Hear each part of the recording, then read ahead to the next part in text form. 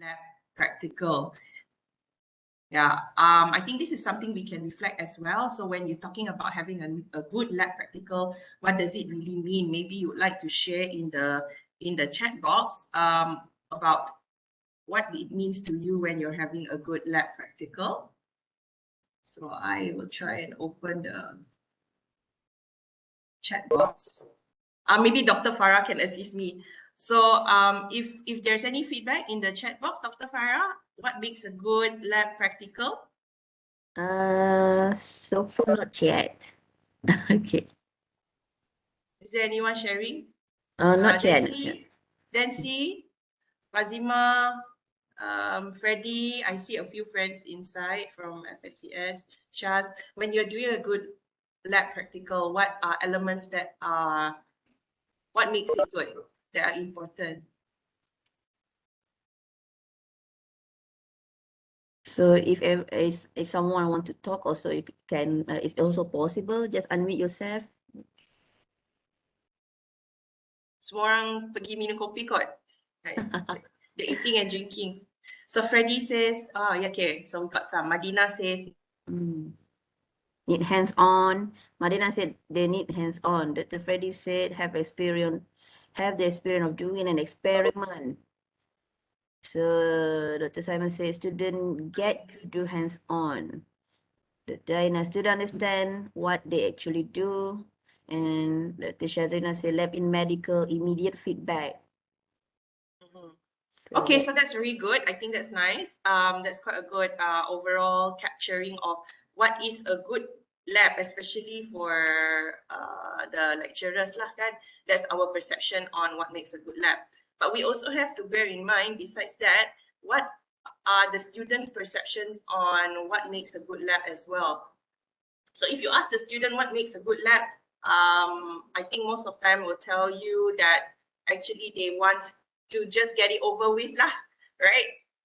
And they are rushing to try and finish whatever you've given to them. And so all these good intention that we have of trying to give them inspiration learning, trying to give them good feedback immediately so that they understand the material and they learn, sometimes gets lost on the majority of the students because actually they all just want to get it over with.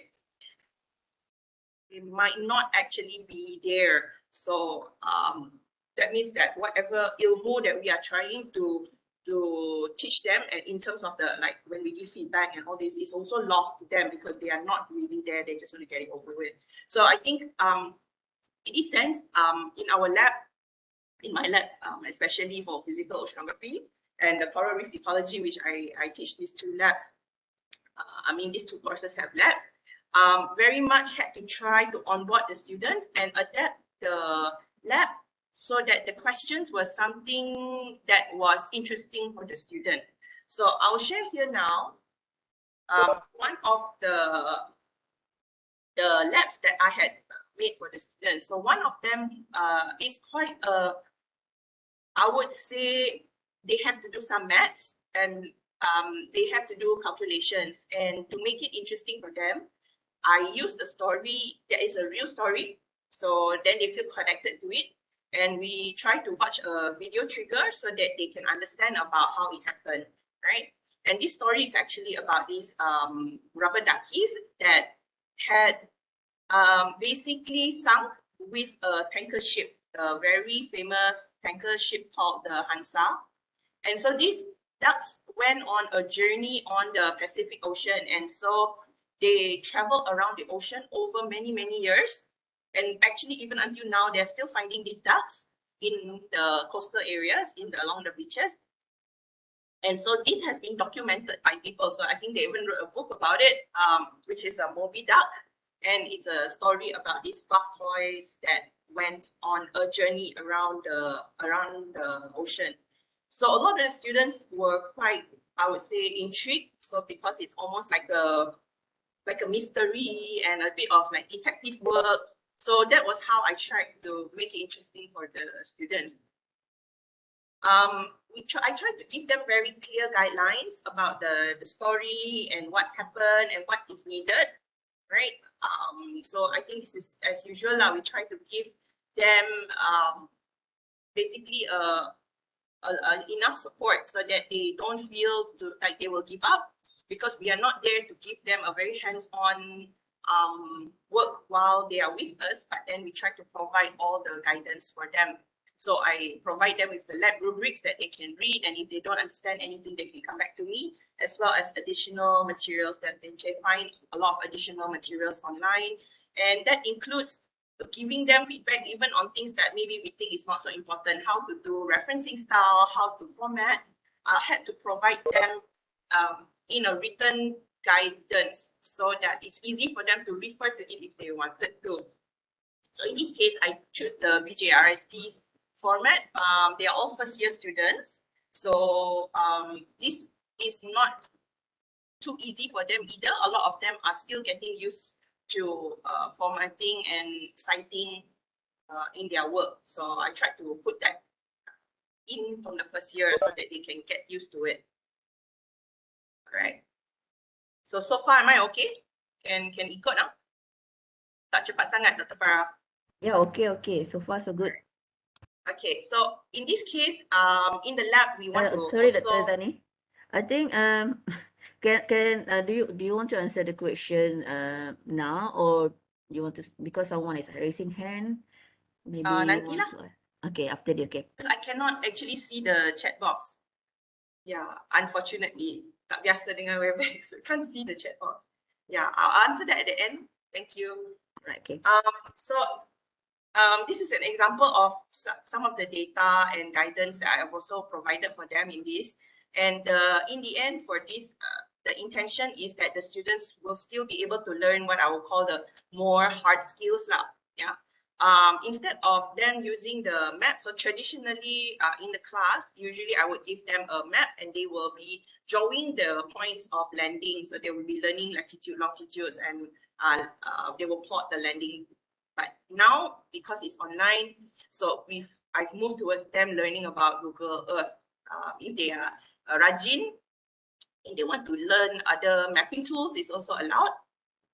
But the basic is just using the Google Earth lah. So they'll be learning some digital mapping skills, because in here they can do things like the distances and how to look at different types of distances, nautical miles or kilometers, for example. So, and then how to use the different icons on the Google Earth. Yeah. There's also data that's given to them, so there will be actually some data handling and some data analytics that they will need to do if they want to answer some of the analysis. Yeah. So then I give them questions there, and these are kind of like trigger or leading questions that I will ask them to put into their discussion. So they don't answer it like, number one, what's the answer? Number two, what's the answer? They don't do that. I ask them to write it like a story, like a essay form. But these are all the answers that should be inside. So in a way, we are teaching them how to form discussion as well by putting in some of these questions as leading triggers for them, so that they can improve the way they write scientifically as well.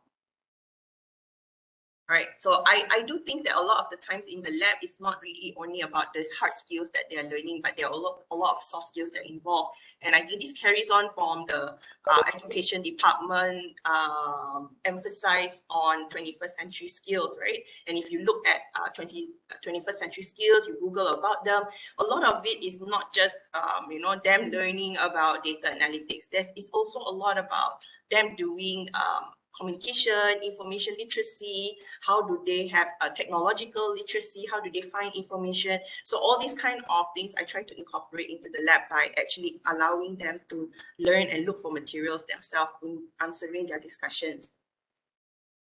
And then we have to bear in mind that these are also some of the skills that overlap in our Bloom's taxonomy as well, right? The needs for them to have communication, creative thinking, collaboration, critical thinking. And in this lab, for example, for collaboration, I allow them to do discussions as a group, but submissions have to be individual.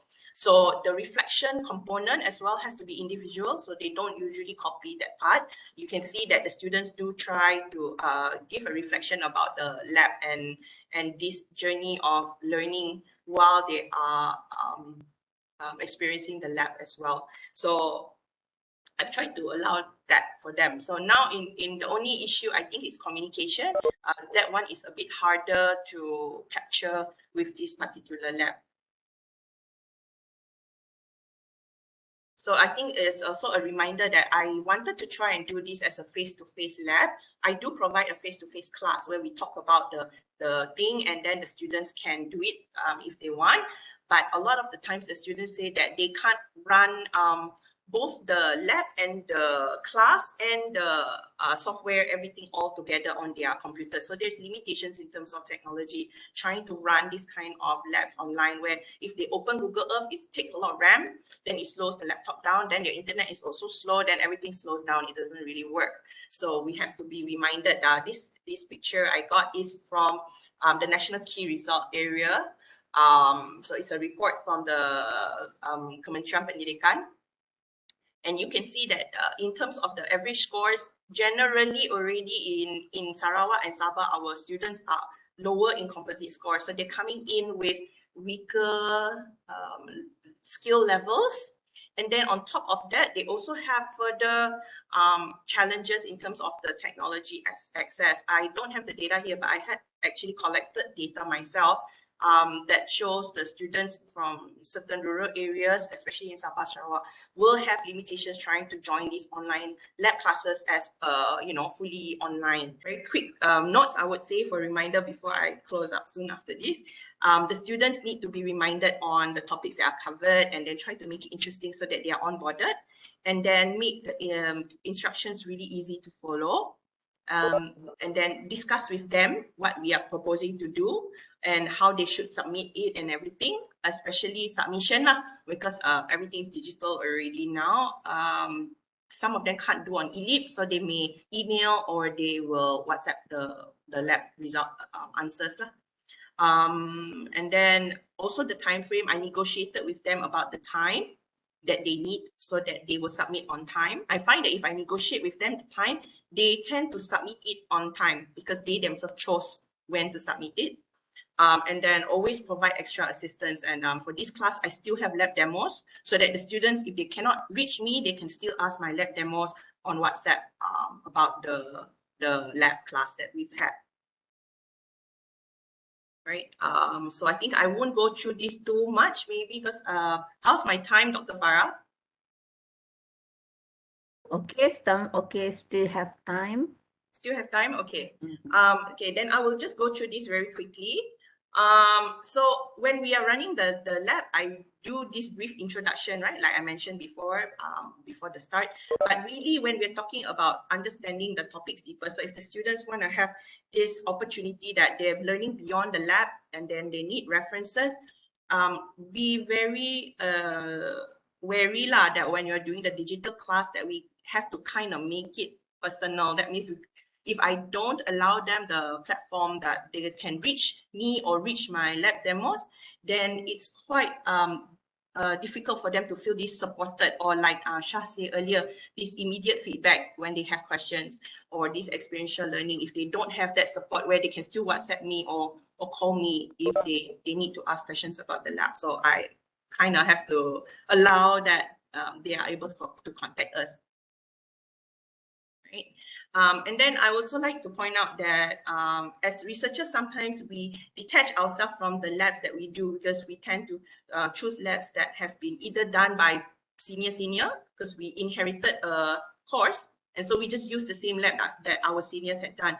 But I think the students look to us as role models a lot of time, even though we don't see them personally now, but even online, they still look to us as role models, right? So it's important that the lab is something that's you feel close to. As that means when you feel that that lab is an interesting lab, the students will find that it's an interesting lab as well. So we kind of have to connect our work, our research with the labs, and I think the students will see your passion in the lab that they're doing as well. Yeah, so using your own data or your own project as a lab class is also, I would say, recommended because it keeps the students more interested.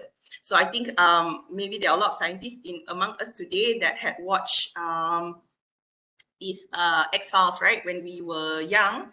And there, there's this Scully effect. There's actually research about it that shows that the women who see other women, for example, who have been in roles that are leadership roles, they tend to then pursue more science as well. Yeah. So we are science leaders, I would say, women in the group. All right, so very quickly again, so we've had a look at the examples already, and you can see that I've put in some trigger questions. And so we discussed with the students to try to keep it focused in their discussions. And then I've also tried to watch these educational videos with them to reinforce the lessons as well. This is from the lecture. So the lecture leading to the lab, I've introduced actually a lot of the concepts already in the educational videos as well for them, so that they can enrich their learning before they start doing the lab. Right. You can also try to use student-centered apps for a lot of your discussions. So I use a lot of Padlet and Miro, where the students, while we are doing our lab discussions, the students can actually post questions there as well. And each other can, they can help each other, right, by reading about the questions that they may have. Right. So I think, thank you. That comes to the end of my sharing session, Dr. Farah. If there's any further questions, you can email me. And if not, if there's some in the chat box, I will answer those in the chat box. When is it suitable, Dr. Farah? Is it immediately after my session, or you nak kumpul sampai akhir? I think if immediately after each session is better, so that still fresh with the session. So if any questions, you can ask now.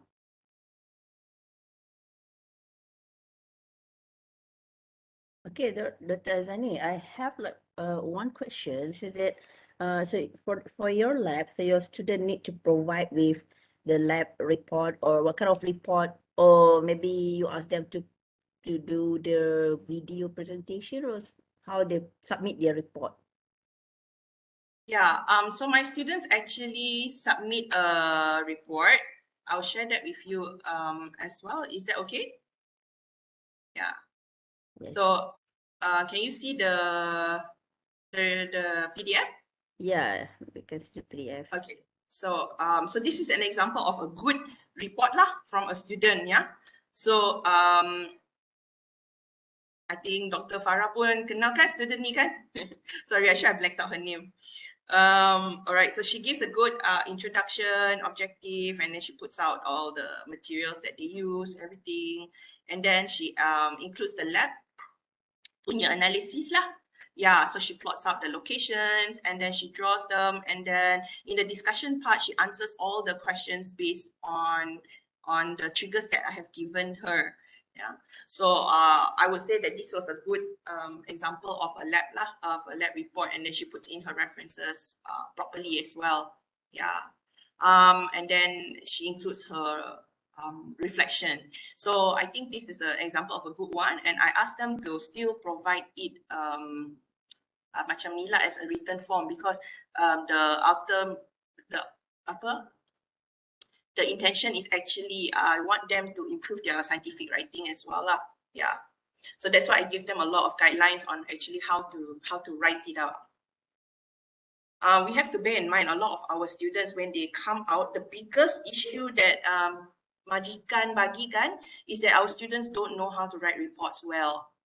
Bila dah mula kerja, should be you already finish a 3-year degree, you know how to write reports. And I think the lab is actually a very good base for them to learn how to write reports well lah. That means how to analyze data that's given, and how to make conclusions, and how to do the referencing properly. Majikan usually complain is also about things like this lah, writing skills terlalu rendah.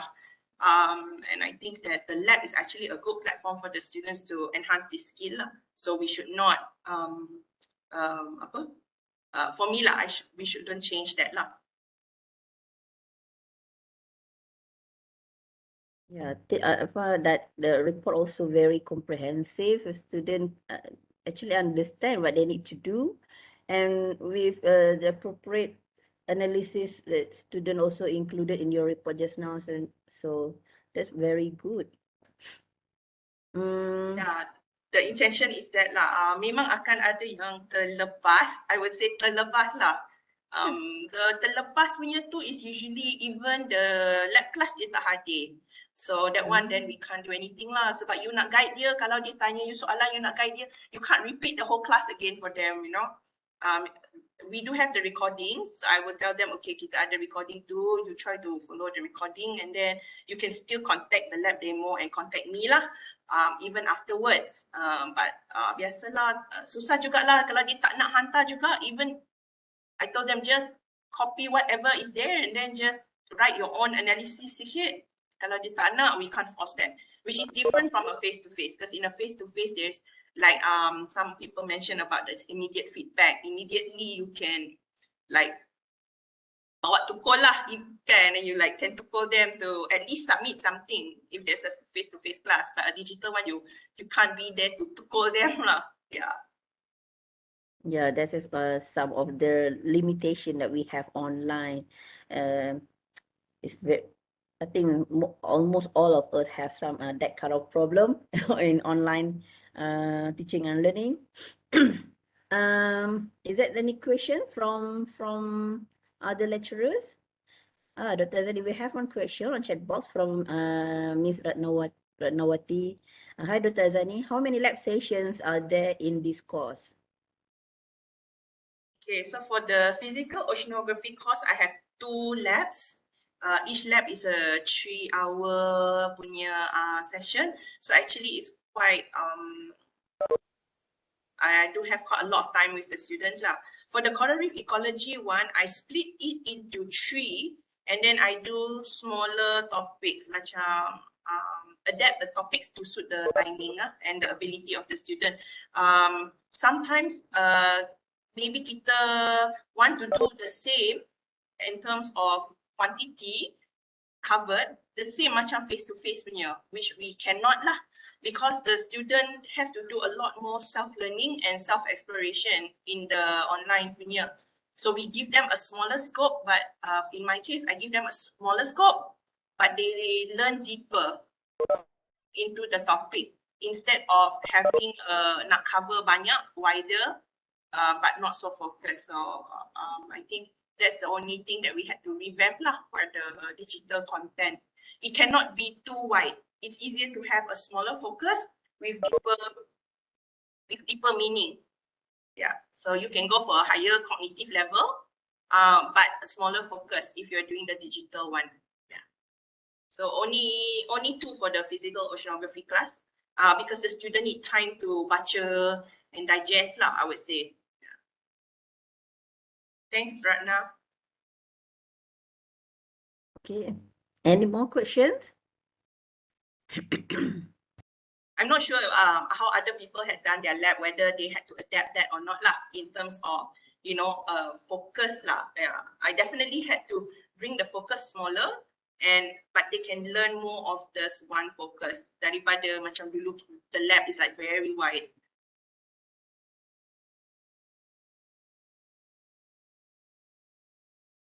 Yeah, I'm sure that other lecturers, other colleagues also, they have their ways to conduct their lab.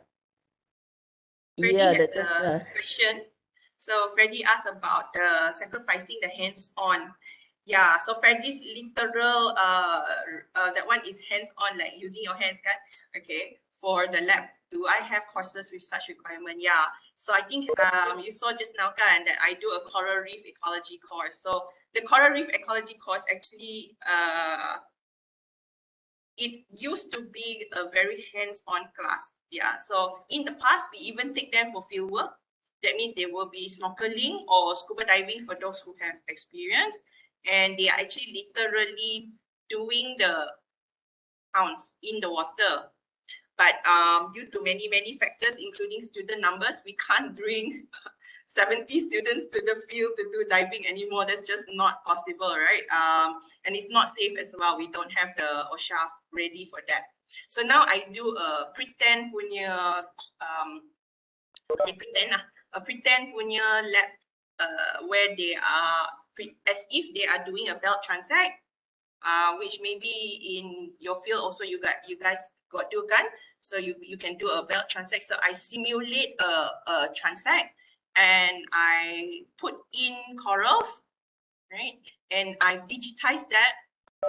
So they basically get a digital map of the transect, and then the students have to do the population calculation, for example. So I had to do it that way lah, Freddie. So in terms of hands-on, yeah, they are not the physical one. They're pulling the rope anymore, which they used to do, because I'm giving them the digital data already. So that part is lost. But we also have to bear in mind that going into the working world, how many of them will actually be dealing with the raw data in the field lah. For a lot of our aquatic students, a lot of them end up, if they do stay in the field, they end up in consultancies, and the consultancy job, not all of them will end up doing the physical, I would say the physical work, pulling the ropes and all that. So they will be given data and they have to do analytics. So the analytics parts tend to be more and more important now, especially dealing with digital data and dealing with analytics and writing the reports well, the discussion, if they work for a consultant. So I think it's just a trade-off, whether you want to improve their digital skill or you want to improve their fieldwork skill, I would say. Yeah. So which one you want? In the end, a lot of them actually don't do fieldwork anymore. When they end up working for consultant, not all of them end up doing fieldwork. A lot of time they do analytics. Freddie, I'm not sure if it's the same for your field. Yeah. But analytics is one of the biggest things lah going forward. Everyone's talking about IR4, but the digital skills are still very low. You can talk to the student and they don't even know how to do simple calculations of statistics. Yeah, that's very weak. And going forward, if they want to have a wider work field, so in aquatic, we actually have a lot of students who end up doing banking. They go into finance and banking, kan Farah? Banyak student kita don't stay in aquatic, they end up in finance because they have strong enough statistic. They understand trends, they know how to do discussions, and banks have taken them in for finance punya kerja. Yeah, tip for physical ocean also, students no need to go to field work. So what they need to do is how to analyze the data, the satellite data, or many more, right? So they know how to use the data to interpret the physical condition of the ocean thing. So not all field need to go to field. Yeah, so it's a trade-off lah. It's a trade-off whether you think the field work, like the physical hands-on field work, is more important or the analytical element. Thanks, Freddie. Okay, so we still have like around 5 minutes, but if we don't have any more questions, so well, maybe one last question. Anyone that want to ask question for the Aazani?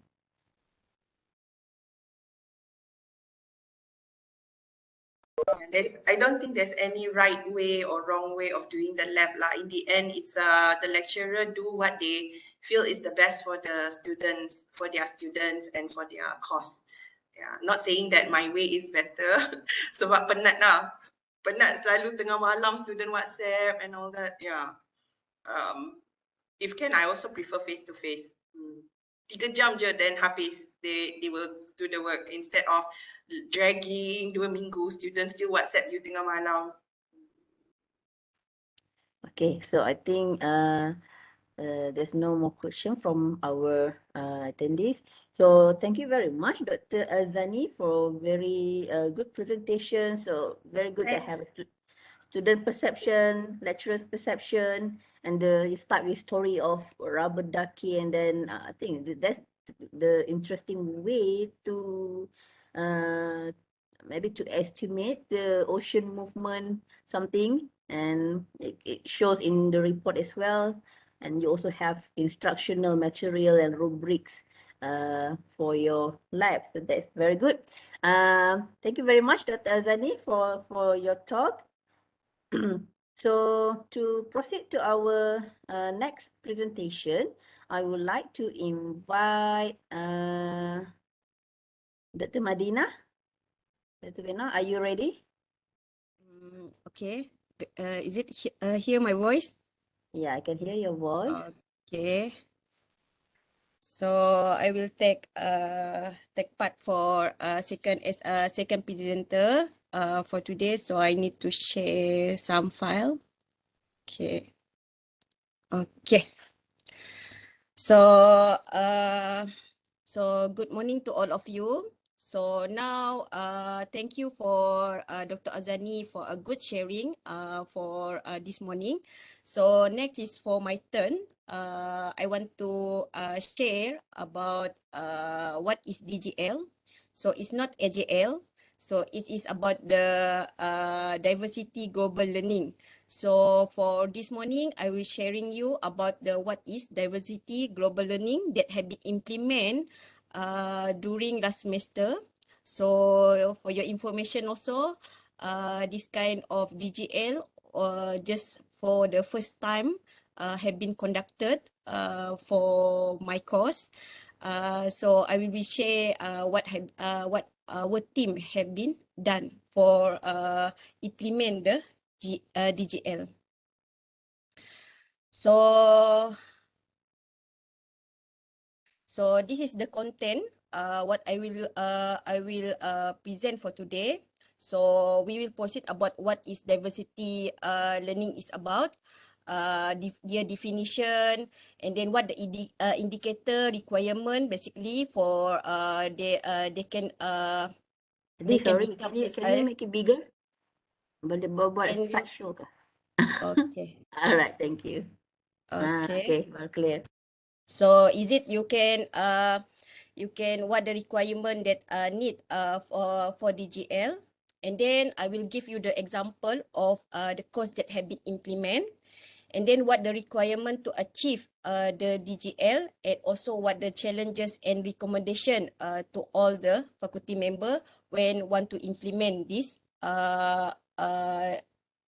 learning.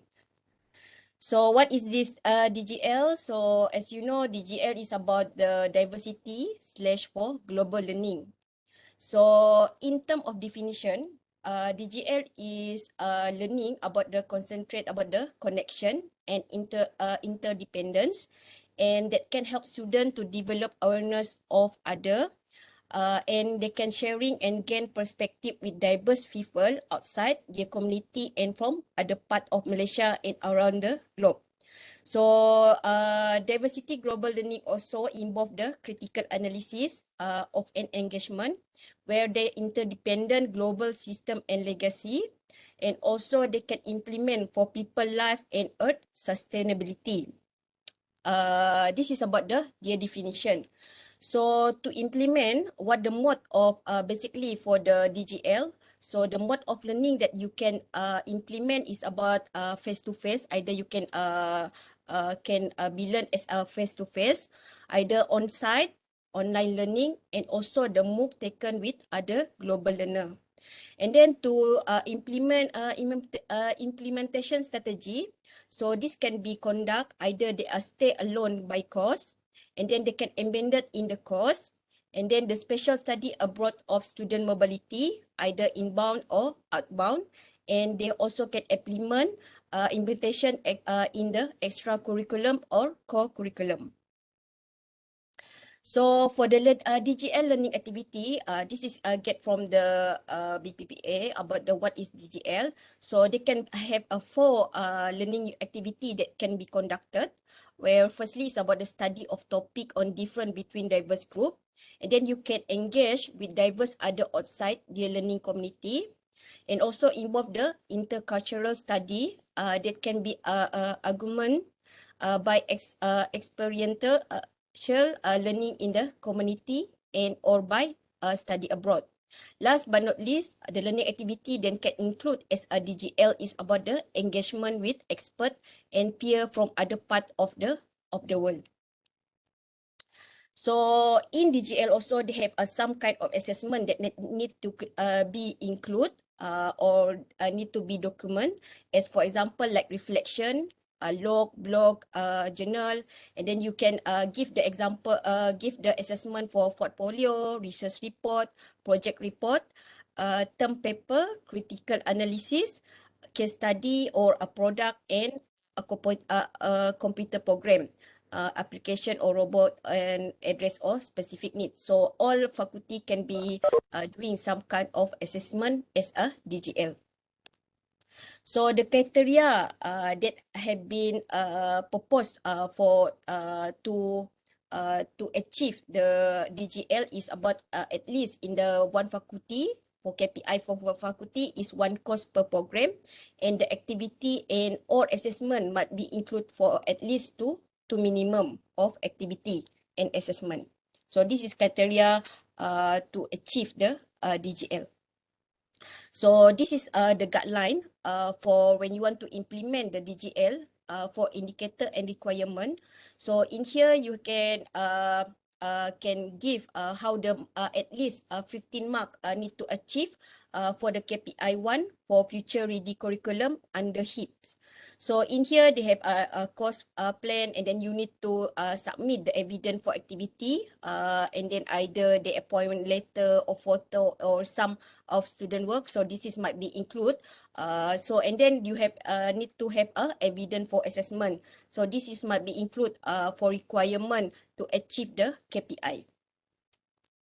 So now we proceed to what the example that have been done for the last semester to achieve the DGL as a DGL. So I'm give the example for the one course that have been coordinated for last semester, semester 1, where is about where is diversity of life. Okay. So for this one is about the overview of the course they have been conducted. So for your information, this course have been taken for biotechnology students. They are compulsory to take this course. And then there are 128 of students that take this course during last semester. And in this course, there are 6 instructors involved to teach this course.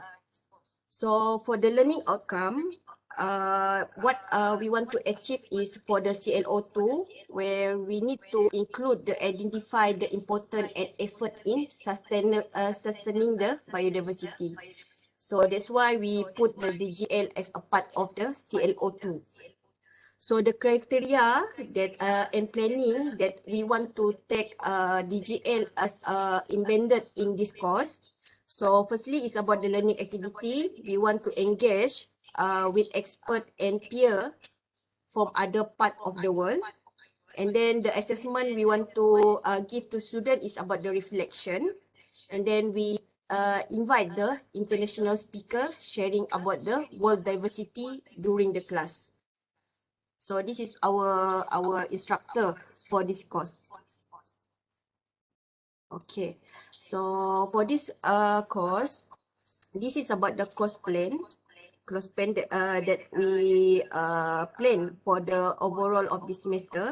So we put the DGL part during the class, where one day webinar diversity global learning. So at the week 14. So this is what we have been planned for last semester. So the assessment that include for the DGL, under DGL is webinar reflection assessment. So they took about 10%. So we include in the assessment. So for to start this kind of the invited speaker embedded in this course for the diversity and global learning. So we need to come out with the invitation letter. So for last semester, we invite Professor Dr. Alison Khairul, the friend of the Dr. Dancy from the Evergreen State College, Washington, to share about the theme of the diversity, global diversity. So this has been conducted on 10 January 2022 through Webex platform.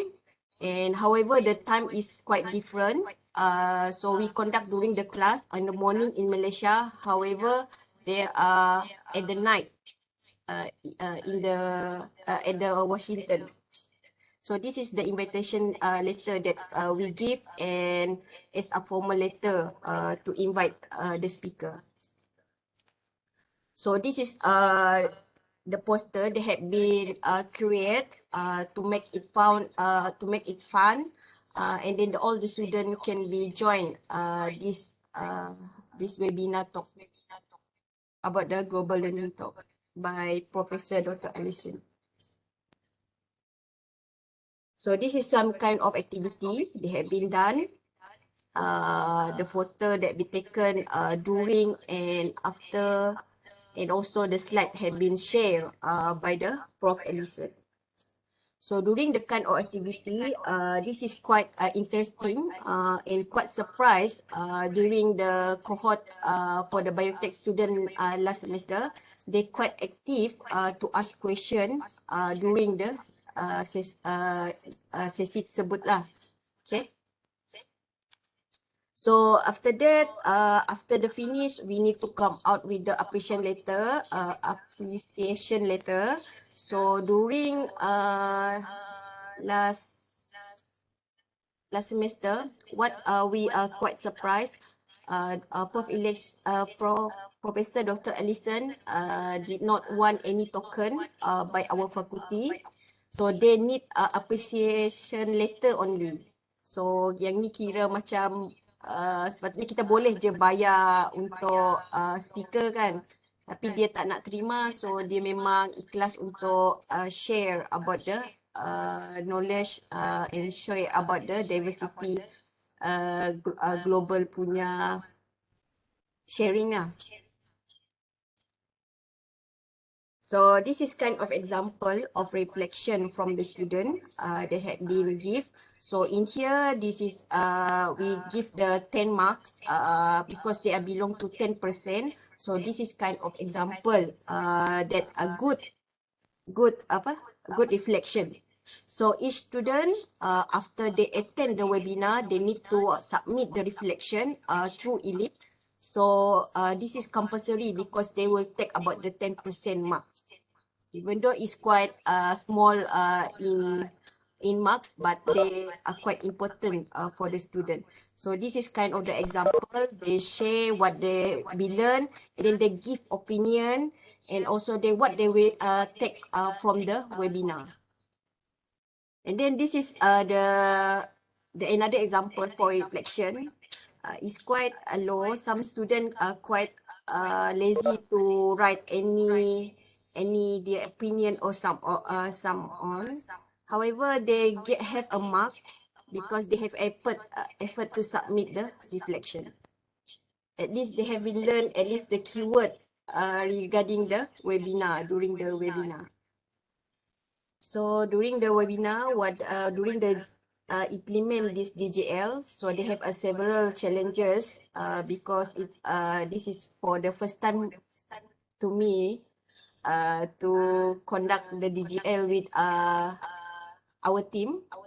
So first is about the time difference for international invited speaker, because we want to fix with the timetable. So one need to be kira macam mana? Kira berkorban lah untuk satu hari to share about the knowledge. And then next is about the internet connection problem for student. This is always the reason that have been given by the student. However, they need to join the webinar because they are compulsory. And then the internet problem also at the faculty during that time. So they involved me and other instructor because we conducted at the office. So there are some problem during the one time. And then the challenge is I need to think about the token horonium, and surprisingly this is involved about the money, and we need to discuss with the faculty management regarding what budget that can give during to conduct the class when they involve about the international speaker. So for my recommendation for DGL to implement the DGL for other course or so on. So we can invite more speaker at one time, at least 2 speaker for comparison. Either we can from the international or local about the diversity, diversity or what the research or what the experience or diversity, nature diversity to student. And then can be done as face-to-face activity. So one day might be can be done as a face-to-face activity. We invite the speaker, and then the student have at the one room and so on. And then make the webinars session is more interesting with more question from student. So this is we need to give extra mark to student to for them to give more question during the during the session. Okay. So next is about the we can apply to any course in the faculty, and they are suggested to any lecture that willing to do and conducted.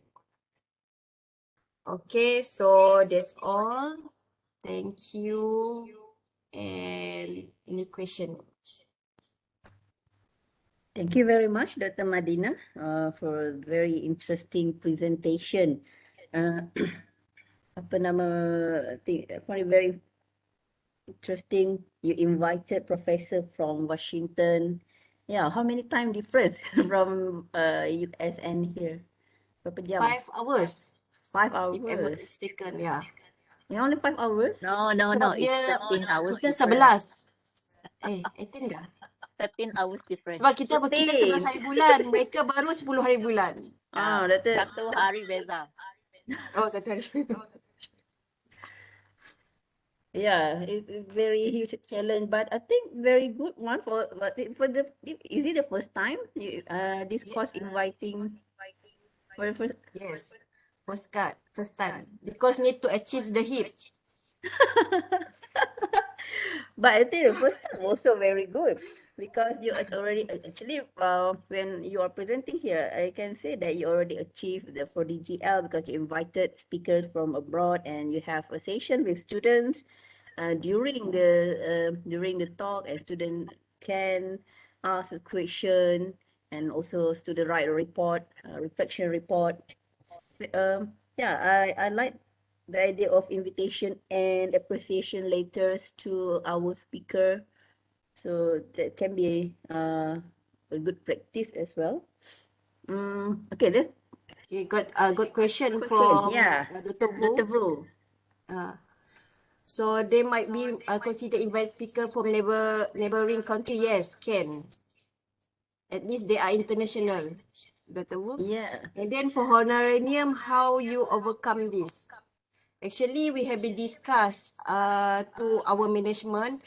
They only can give about the 50 USD. So when they convert about the 100 or some kind of like that. Yeah. 50 But times. surprisingly, Prof. 400. Edison did not want any token. So they are only appreciation letter only. Yeah, that's very good. Ha. So I think some of our speakers, they don't want any honorariums. They prefer letters because they can put it in their CV and so on. Yeah, it's correct, Dr. Vu. You can also invite not only from our neighboring country, you can also invite from other Local. institution in Malaysia as well. So that also can be considered as DGL. That one question from, I don't know, from Pang. Hi, Dr. Madinah. What is the portion can we have in one course? 2 out of 14 weeks. Is there any specific minimum requirement? For Okay, for the so course. based on the requirement for the DGL, they at least for 2 is quite high jugalah. Boleh kira juga. At least 1 pun kira okay. Di antara apa week 14 week tu. Tapi kalau buat 2 lagi baguslah. So student can achieve more And then, but however, you need to know what the kind of assessment that you can include in the requirement for a DGL. Like either you can give the project, some kind of project, mini project, based on the webinar and so on. Tak semestinya dua daripada satu pun okay. Janji dia punya Betul. assessment tu ada. Yeah, also you can also be in other classes in the other institution as well. Macam contoh kan, the whole class, we can discuss with some of our friends from other institution. Kita ada sesi sikit so pun dah okay. Boleh. It depends on our course. Boleh saya tambah untuk DGL? Boleh. Ya, silakan Dr. Maya. Yes. Hi, Peng. I have an additional information on the DGL. So when we PPA doing the audit for the DGL, you instead of inviting somebody from overseas or from other university, even if you have collaboration with some NGO or agency, it is also considered as DGL. For example, if you invite, let's say if you are doing something like a forensic investigation, so if you invite some police or forensic investigator, sharing information to your student, that one can also be considered as DGL. But of course, DGL require you to have a teaching activity as well as the assessment after that. It depends, it's up to you whether you want to make it a summative assessment or formative assessment, whether it is whether you want to give student marks or not, but it still need to be under some kind of assessment lah. Even though if you do not give them marks, but if you still consider assessment to look at your students' performance on that or students' feedback on that, that one can also be considered as DGL. So it doesn't have to be throughout the 14 weeks. Just one sharing session should be all right. Okay, that's all. Thank you. Thank you, Dr. Maya. Thank you, So Dr. actually, I think many of our courses actually have achieved DGL because some other courses also invited speakers either locally or internationally, and we have like activities during that one. Banyaknya yang diam kan. So we need to identify what are the other courses that have invited DGL. So do we have any? Farah, Yeah, Nancy. can I Oh, just sorry, share Dr. Fu. can I just share one experience I had in 2018? I think Yeah, please. 2018, 19. Dr. Fu. We didn't really kind of invite any international speaker, but we pair our student with the student overseas in an assignment. In fact, it's I tried this method during that time, but actually it's not in a formal course because that we don't have any CLO for that for that sharing session or DGL activity. So I asked for volunteer. So we have in one course, I have 10 student volunteer or they interested in that kind of activity. So we pair them up with the student from the US also, but the student, because that's an assignment, so the student can kind of agree on the time to work on assignment, and they found that sharing the experiment sharing experience between the student in a different institution on the kind of global issue make them learning more and then kind of engage more in the kind of learning activity in our course. So I guess that one also considered as a global diversity, right? Learning, right? Dr. Maya, how was it? Is it? Dr. Fu, may I know does every student involved in that? Yes. Yes, as I say, I have 10 students volunteer to involve in that because that's one just a trial And then because at the time, that one is not really in our kind of like, it's not in our syllabus even until now. So that's why I've just try it, kind of trial and error, Okay, like try to see if it works.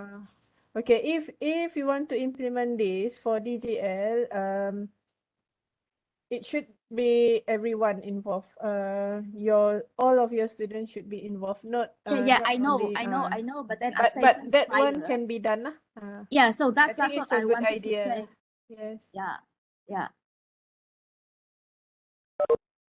Yeah, so that's what I wanted to say. Not necessarily like we have to invite the international speaker, but we may pair our student, you know, in a course with Yes. other student, like having more or less the same course concept, so that like they can share, they can have the kind of exchange, or maybe even the way they address the assignment, like you know the question and the way they kind of complete assignment, we would help also our student to learn, Yes. and then our student also can share with the students overseas about the methods that we are using here. So I Yes, think yes. that's also a I kind of think that's global a very good exchange. idea, Dr. Wu. Uh, Especially nowadays we do have like online platform, so they can Yeah. easily discuss, right? So Exactly. if it would be great if everyone is involved, then it is one good example of DGL lah. Yeah. Yeah, I agree with Dr. Maya and Dr. Fu as well. Actually, if we can bring all of our students to join the international class or classes in other institutions, that will be very good for student experience in teaching and learning. But yeah, now we have a limitation that it's not easy. We don't have enough cost to bear all of the uh, costs for students that we want to bring abroad, so a lot of money involved. But I like the idea that Dr. Wu that said that you pay for some, but it's only for some students. If we can bring all of students, that's better, and we can achieve DGL. Yes, at the time I wanted to, but because that is not in any CLO, so I could not do it.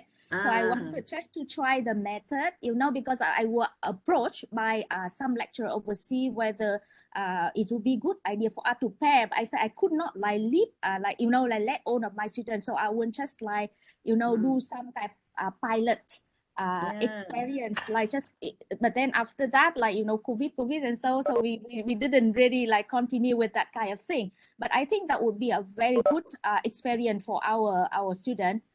Yeah, so Maybe in the you future, can implement after this. You can implement in the after this in future, your sure, course. if I have a chance, I would do that again, you know. I You find it, don't have to have a specific CL or LU to achieve DGL actually.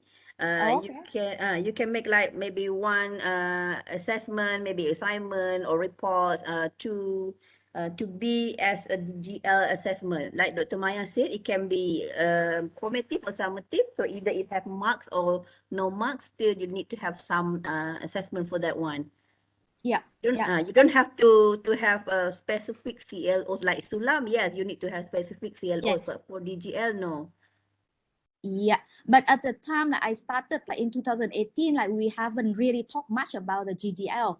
Only afterward, like we talk about hips and so and so. So I say, oh, it's really something like relevant to hips. And then now we talk more about GDL. So again, I wanted just to share the experience. So any courses later on, like have a chance to do that, I think that's a good way also. So we reduce also kind of like the honorarium, the money involved, you know, and the students still at the same time can still enjoy the experience.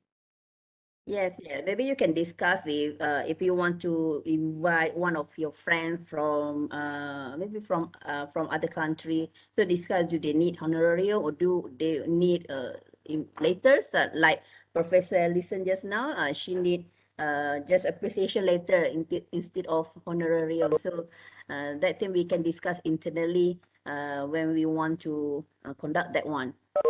Yeah. Oh, there one question for Dr. Madinah from Dr. Peng. May I know in which part can we spell out that we are implementing DGL in our course file? Do it need to be spelled out? maybe this question, I don't know if to Dr. Maya or Dr. Madinah.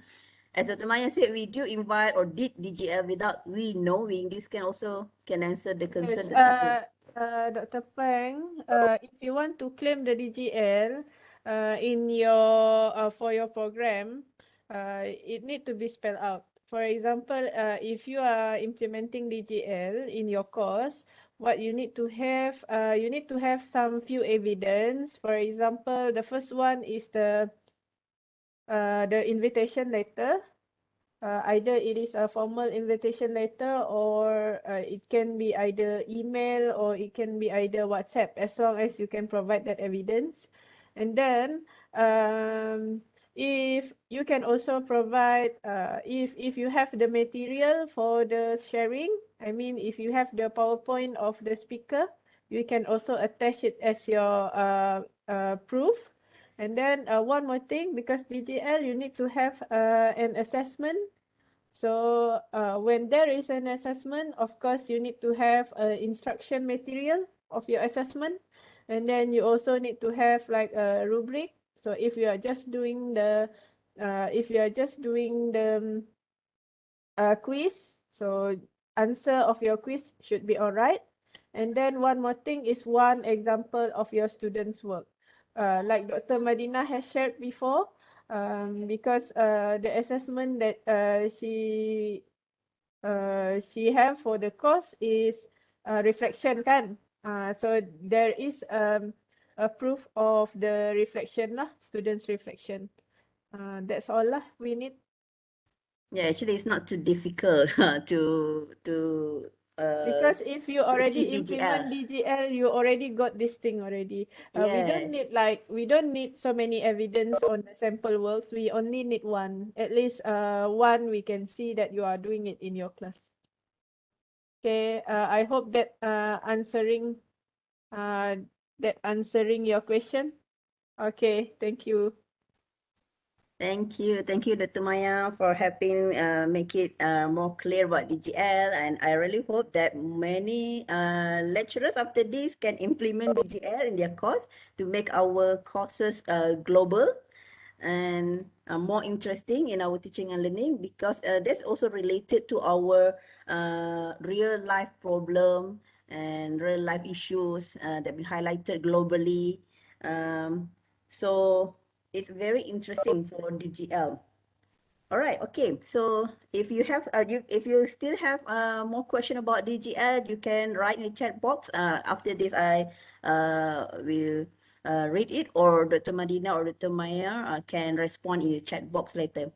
So without further ado, I would like to call our last presenter, the respective Associate Professor Dr. Khairul Adha bin Abdul Rahim, to share his experience. Actually, dah otai dah. Dr. Khairul Adha is otai in SULAM, have been practicing SULAM for many years. And so let's hear the sharing session from Dr. Khairul Adha. Assalamualaikum, salam sejahtera.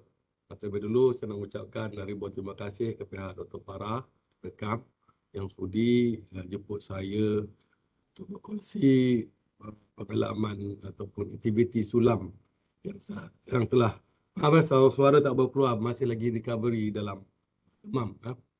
SULAM ataupun Service Learning Malaysia, University for Society. Sebab saya pada mulanya apakah benda SULAM ni? Apa yang disulam? Kain mana, apa mana?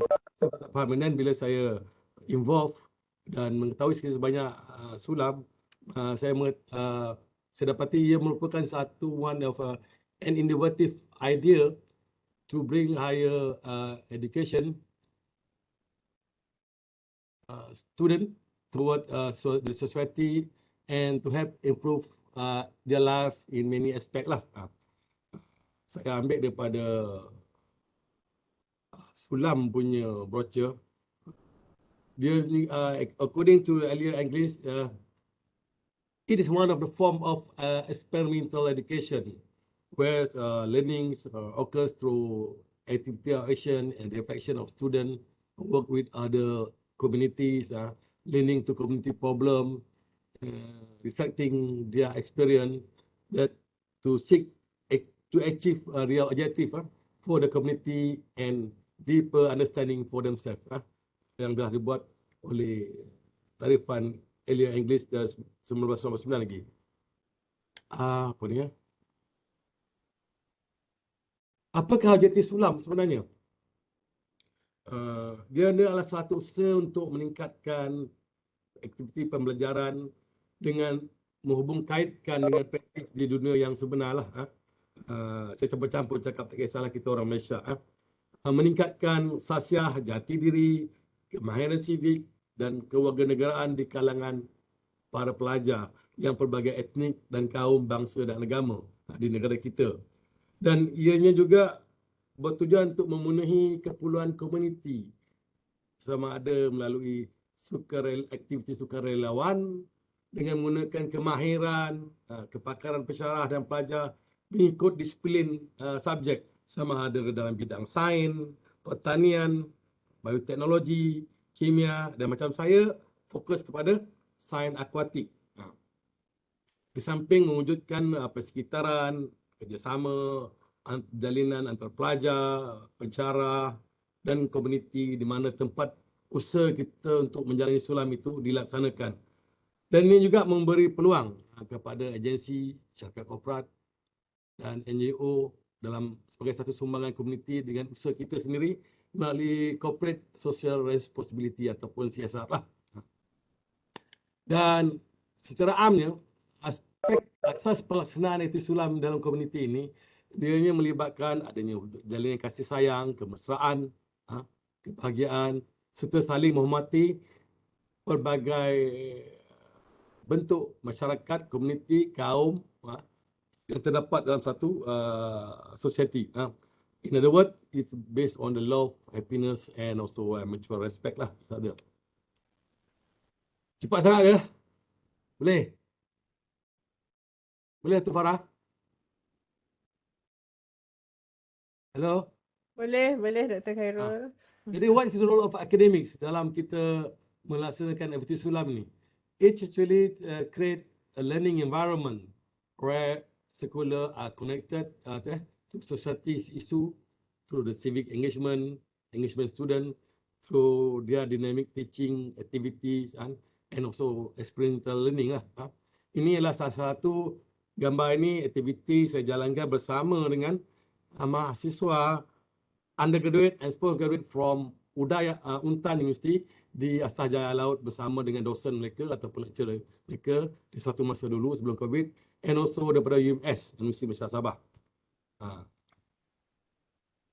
Mengapa kita perlu memikirkan SULAM? Apa itu SULAM? Yang saya pada mulanya saya rasakan sebagai salah satu untuk sulaman kain atau semua saya pun tidak faham. Tapi rupanya SULAM ini memberi banyak benefit ataupun service learning. They have a potential to transform teaching and learning activity and also to have future generation that to develop social responsibility and ethic of service. Tata cara dia, kaedah macam mana kita menghadapi masyarakat, adakah kita main belasah aja, main pergi terjah rumah orang, kampung orang saja ke? Ya, tidak boleh. Kita mesti faham step by step. They also that previous study worldwide show that they have positive student attribute, they have a good such as their good social responsibility, tolerant of diversity, develop leadership and also gain personal and social skill. And it also represents the university of the third vision, university for society. Ataupun dengan kata lainnya, dari dulunya kononnya khidmat atau bakti siswa yang telah ditambah baik. Tahun 70-an, 80-an saya rasa dah ada dah khidmat bakti siswa. Saya ingat lagi daripada UPM datang ke kampung saya, educate local people, local community. Rumah saya pun dari tempat, wah masa tengok, wah kakak ni hebat rasa abang ni daripada universiti tu, berkhidmat di kampung. Orang kampung rasa bangga dan teruja, macam-macam nak dibantu. Benda ni dah jalan sebenarnya beberapa tahun yang dulu. Jadi sebelum ni SULAM versi Khairul, saya dah implement aktiviti ni tahun 2000, sebelum disulamkan pada tahun yang mula diimplement pada tahun 2015 kalau tak silap saya, dalam dalam service learning high impact educational practice tahun 2015. Jadi ini saya nak kongsi apa yang saya telah buat sebelum tu dulu. Sehingga setelah sulam saya disulamkan pada tahun 2015. Macam mana pelaksanaan. Ini tahun 2000 hingga 2001. Sempat memula saya mengajar Fishery Science sesi 2021. Subjek ni pun dah tak ada lagi dah. Melibatkan Sustainable Inland Fisheries di local community dengan produk di Balai Ringin. We study the relationship inland fisheries, sustainable fisheries, educational activity, and also we stay one night there with orang kampung. Petang-petang sudah dapat jalan, and we survey what is the woman participation, the role of women in inland fisheries, how to help family. Mereka menjual ikan-ikan yang ditangkap oleh suami pada masa itu di tepi jalan. How much they can contribute, help a family to increase income for the local community. And during that time, we just write a field report. Masa itu ada final exam lagi, lebih kurang 15 ke 20% lah markah. Tak ada yang ada sekarang. Ini bersama community. Tapi yang gambar yang belah kiri ni ada yang dah meninggal lah, macam arwah staf kita, Mr. Cik Zul, seorang pelajar pun telah meninggal, dan seorang orang kampung pun telah meninggal. Yang abang ni lamanya dah. Van ni pun dah tak ada kat UNIMAS dah rasanya. Kami masa di sana, pelajar tinggal di sana bersama saya tinggal.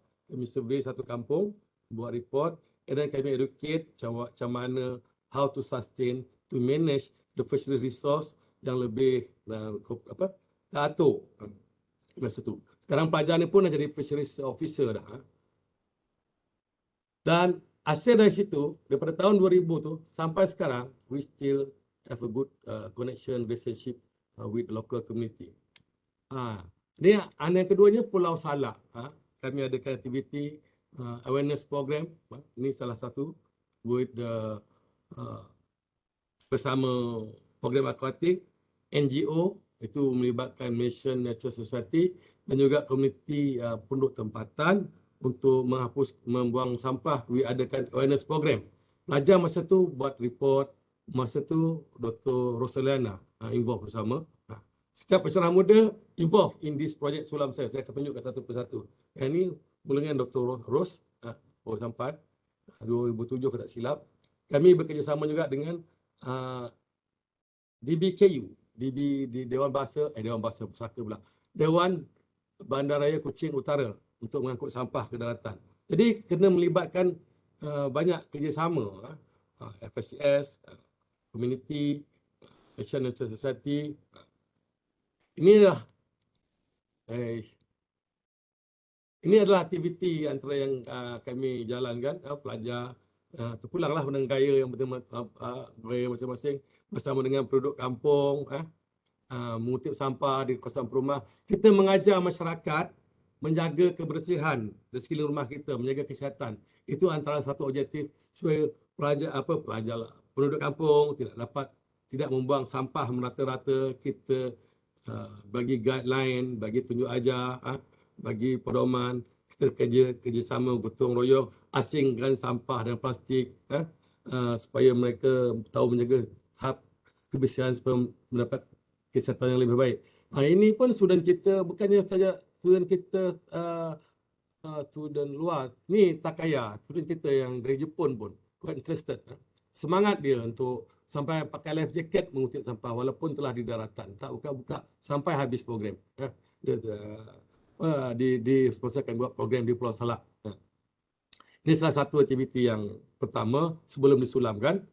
Ini juga kita sedih, kita kasihan subjek 2043.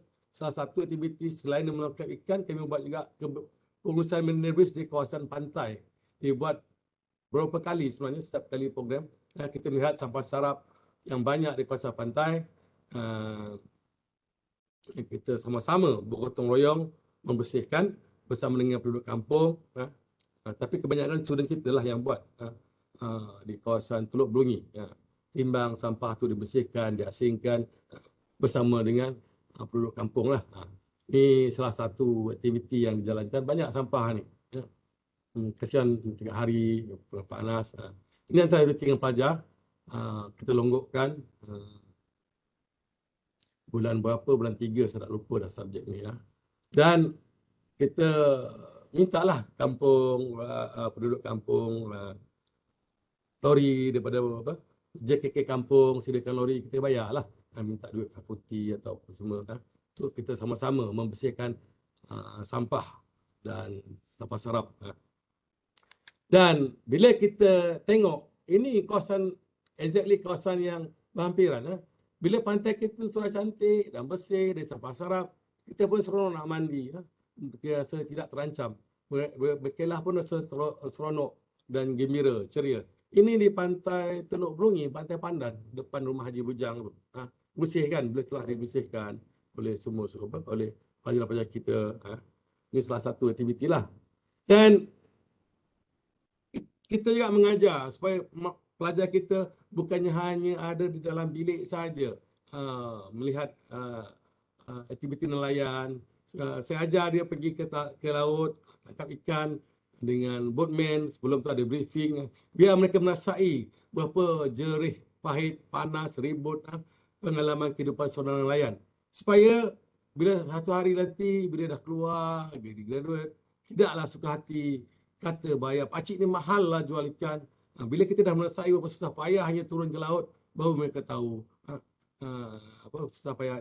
Kita nampak masa pelajar turun pukat, gembira, ceria. Bila masa menunggu pukat, dengan saya sekali sebenarnya mabuk.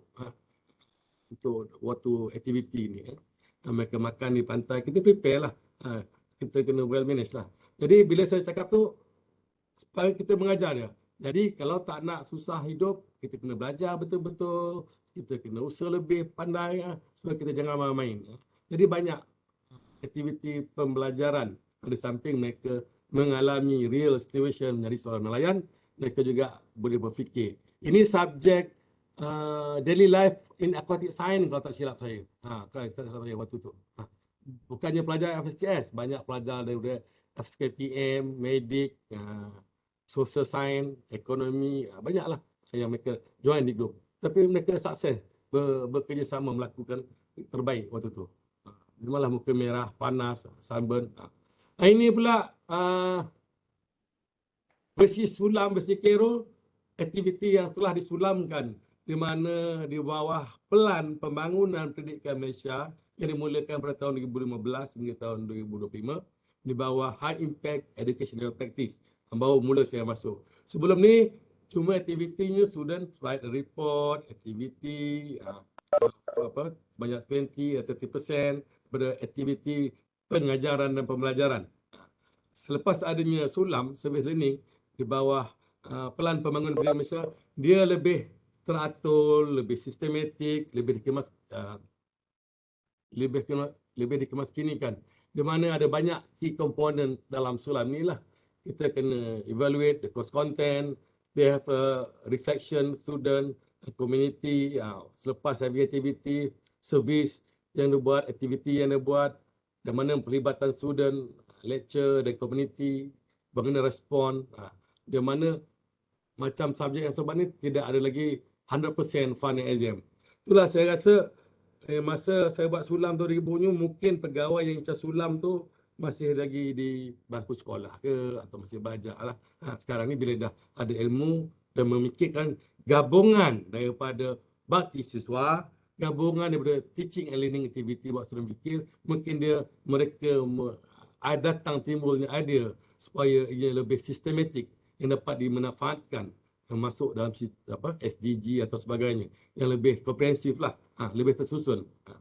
Jadi saya kenalah ikut yang lebih bersama pandangan dan nasihat Dr. Farah.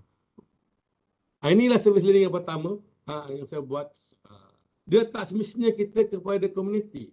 Kita boleh juga bekerjasama dengan Jabatan Hutan Sarawak, Jabatan Hutan Kerajaan. Seperti contoh penanaman pokok bakau ini. Bila kita tanam pokok bakau ini bersama-sama, secara tidak langsung dia menurunkan kos untuk jabatan, memanggil staf atau penduduk kampung menanam pokok bakau. Ia menolong secara langsung regenerasi hutan bakau. Bila hutan bakau dah penuh, ia good for community fauna and flora bila pasang sebagai breeding site. Jadi secara langsung dia berkaitan juga dengan community for the long term, for the long run activity. Dengan kata lain, tiada bakau, tiada udang. Tiada bakau, tiada ikan. Bila dah ada bakau, ada ikan bertumbuh. Kalau ada ikan hidup. Jadi daripada kita dengan Jabatan Hutan, kita bersama-sama memelihara pokok bakau, mengadakan aktiviti penanaman bakau, tumbuh besar dan komuniti fauna flora akan terus hidup dan mudahkan para nelayan, penduduk yang bekerja nelayan menangkap ikan yang sumber tidak habis di kawasan tersebut. Itu salah satu. Ini adalah aktiviti pelajar-pelajar kita naik bot bersama dengan pegawai Forest Department. Mereka mula seronok lah. Mula tunjuklah kasut putih, semua happy lah. Macam-macam naik bot ke Ramsar. Nampak riang tapi ada yang pensal lepas tu. Dengan bantuan Jabatan Hutan, Ramsar, Side, mereka menyediakan tempat berehat, briefing. Panas ni kawasan ni. Dan mereka telah sediakan benih bakau Razopora di mana dia beli dia orang kampung, saya lupa berapa harga sepokok. Saya tak langsung untuk program kita ni. Jadi orang kampung saya tak langsung akan dapat juga income. Dia diminta orang kampung collect untuk program kita. Mereka beli dari orang kampung.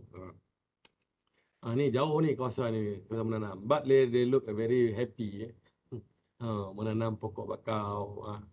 Bersama, masa ni saya bersama dengan Dr. Atirah yang ikut sama. Semua penjarah muda ada ikut. Ni Dr. Atirah ikut sama. Dibawa oleh guide, dipandu oleh pegawai-pegawai Jabatan Hutan, lokasi mana kami nak menanam pokok bakau. Bersama pelajar-pelajar tahun 2 program Berusaha Sumber Aquatik dalam estuary dan mangrove subject lah ni. And then ni antara aktiviti-aktiviti bawa ni kepenatan ni yang duduk ni. Sebenarnya ada yang terbaring, ada yang penat, ada tidur tengah hari kan, dia pagi sampai tengah hari. Ni di tempat kawasan Ramsar Wetland, menanam bakau bersama komuniti bersama dengan Dr. Atirah. Ada saudaranya pensan waktu tu. Panik gak saya. Alhamdulillah dapat selamatkan panggil ambulan, selesai masalah. Dia tahu cukup makan. Make sure bila kita bawa aktiviti student, make sure mereka sihat. Kadang-kadang mereka ni dia nak ikut sangat, dia kata dia sihat tapi dia tak apa sihat. Pastikan mereka betul-betul sihat. Dan yang ini juga service learning pula. Bersama dengan Dr. Farah. Dia tahun 2019 saya buat sampai 2 kali. Seronoknya buat service learning dengan komuniti. Melibatkan program sains perusahaan akuatik bersama dengan Majlis Pemandang Padawan sekolah Tanjung Bako dan juga penduduk tempat Tanjung Bako di kampung Tanjung Bako. Tempat hutan bakau mostly fokus and awareness program lah. Jadi sebelum kita, seperti saya kata tadi, kita tak bolehlah main redah hanya main belasah di kampung orang. Kita adakan sesi dialog, diskusi bersama dengan guru besar, perjumpaan, pengurusi PIBG, ketua kampung, penduduk kampung Tanjung Bako dan juga pihak-pihak agensi yang berkaitan sebelum kita melaksanakan program service learning bersama komuniti.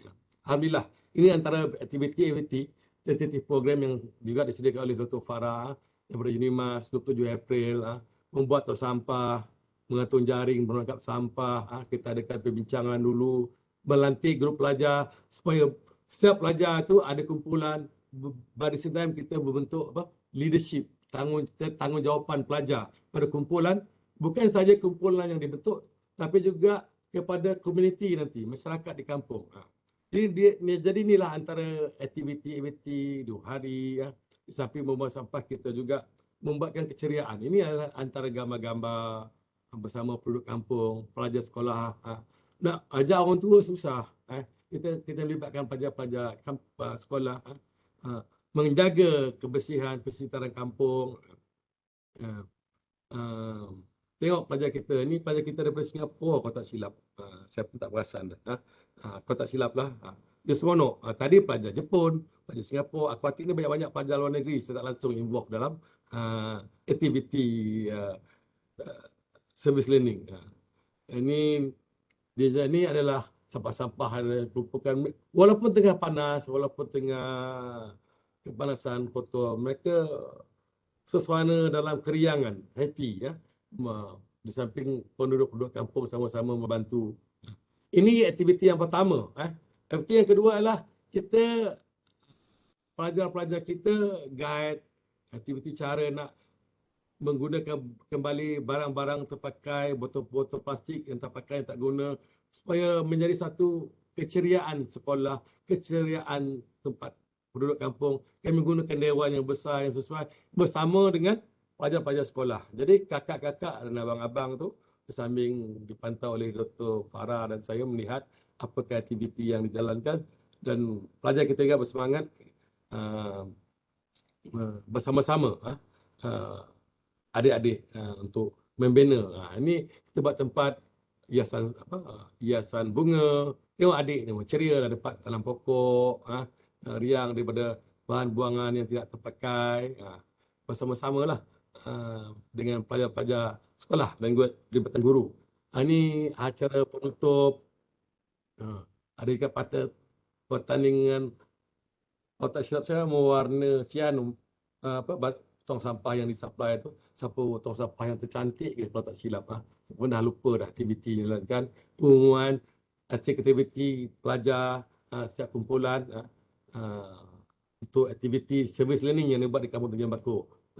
Dan paling seronok, waktu tu pelajar ada tidur di sekolah tu, preparation, makan-makan, makanan kampung, lauk labu, lauk ikan masin, makanan tradisional bersama dengan grup pelajar kita dan pelajar sekolah menengah selepas habis sesi aktiviti. Inilah seronoknya keriangan, kegembiraan, harmoni selepas berpenat lelah bersama komuniti, menjaga kebersihan, mengajar penduduk kampung tentang erti kebersihan supaya tidak membuang sampah. Kita menyediakan tempat sampah hasil berbahan buangan supaya mereka lebih alert, sedar akan kepentingan kebersihan.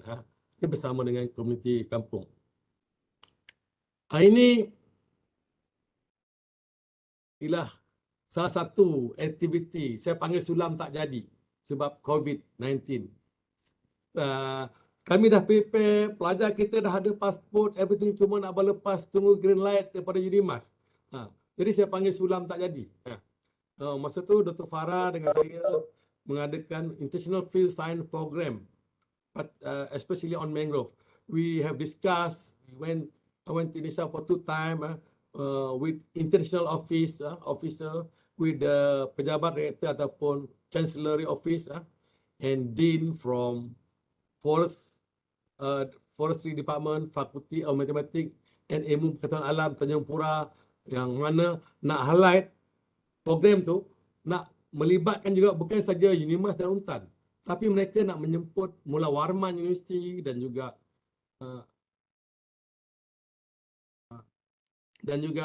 UBD, Universiti Brunei Darussalam, nak bawa apa orang supaya lebih memeriahkan, meraihkan lagi, menceriakan lagi program International Field Science Program di Indonesia.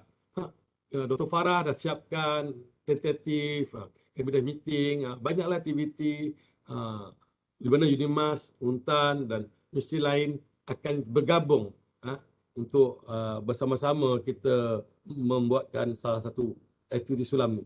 Ini malah saya dah beberapa kali bersembang, berbual dengan Rektor UNTAN, Profesor Garuda, dan semasa kami meeting juga disupport oleh Rektor Akademik atau Wakil Rektor ataupun Deputy Vice Chancellor Akademik, fully support and our activity lah.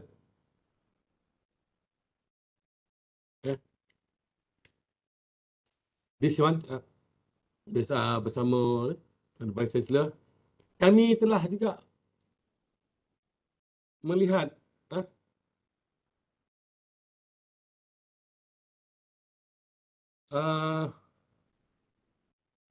Kolej Kediaman Mahasiswa bersama Dr. Farah. Inaknya bagaimana kita nak meletakkan para pelajar kita di sana nanti kalau kita ke sana. saya dah melihat kolej kediaman ni, kolej kediaman saya Kuntan, berapa orang pelajar kita untuk ke sana. Tapi cuma tinggal kenangan. Sepatutnya kita akan pergi sini mempawah mangrove. Kita boleh berfoto di sini. Dalam hutan mangrove ada dewan untuk berkumpul balai, ya. And then di sini dah pelaksanaan penanaman, mungkin kita membuat marine debris collection ataupun penanaman. Mereka terus tunggu kedatanganmu di sini. Tapi kita masih lagi belum dapat datang bersama. Walau bagaimanapun, pihak Untan dan saya sendiri tengah dalam berusaha. Bila pintu sempadan buka, kami akan cuba untuk melaksanakan dan mengadakan program bersama. Kami tidak putus asa, akan terus berusaha. Dan juga pada Disember, inilah servis community. Sebab bolehkah ada soalan dalam SULAM ni, khidmat masyarakat atau sukarelawan jadikan projek SULAM, servis community. Jawapan yang saya terima adalah program yang dijalankan oleh pelajar dengan hasil pembelajaran di mana-mana IPTA boleh dilakukan sebagai salah satu SULAM melalui gabungan pembelajaran khusus dengan perkhidmatan sukarelawan dalam menjadi projek SULAM.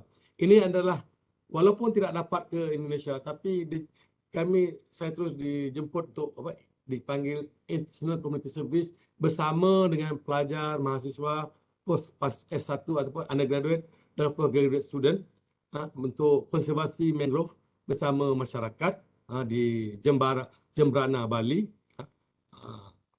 Ini sama dengan pengabdian masyarakat dalam konservasi mangrove Desa Bundeng. Kita ini dipanggil International Community Service. Walaupun saya di sini di Malaysia, tapi masih dapat berhubung secara terus dengan aktiviti yang dijalankan di sana. Di mana dekan postgraduate program hadir bersama dengan komuniti di tempat tersebut. Ini adalah aktiviti yang dijalankan. Semangat para pelajar dan pegawai daripada Universiti Udayana dan sukses dan dapat sertifikat lagi pembicara guideline daripada Sarawak ke Bali. Jauh kan? Tapi dengan adanya virtual activity, kami berjaya melaksanakannya dengan baik. Walau bagaimanapun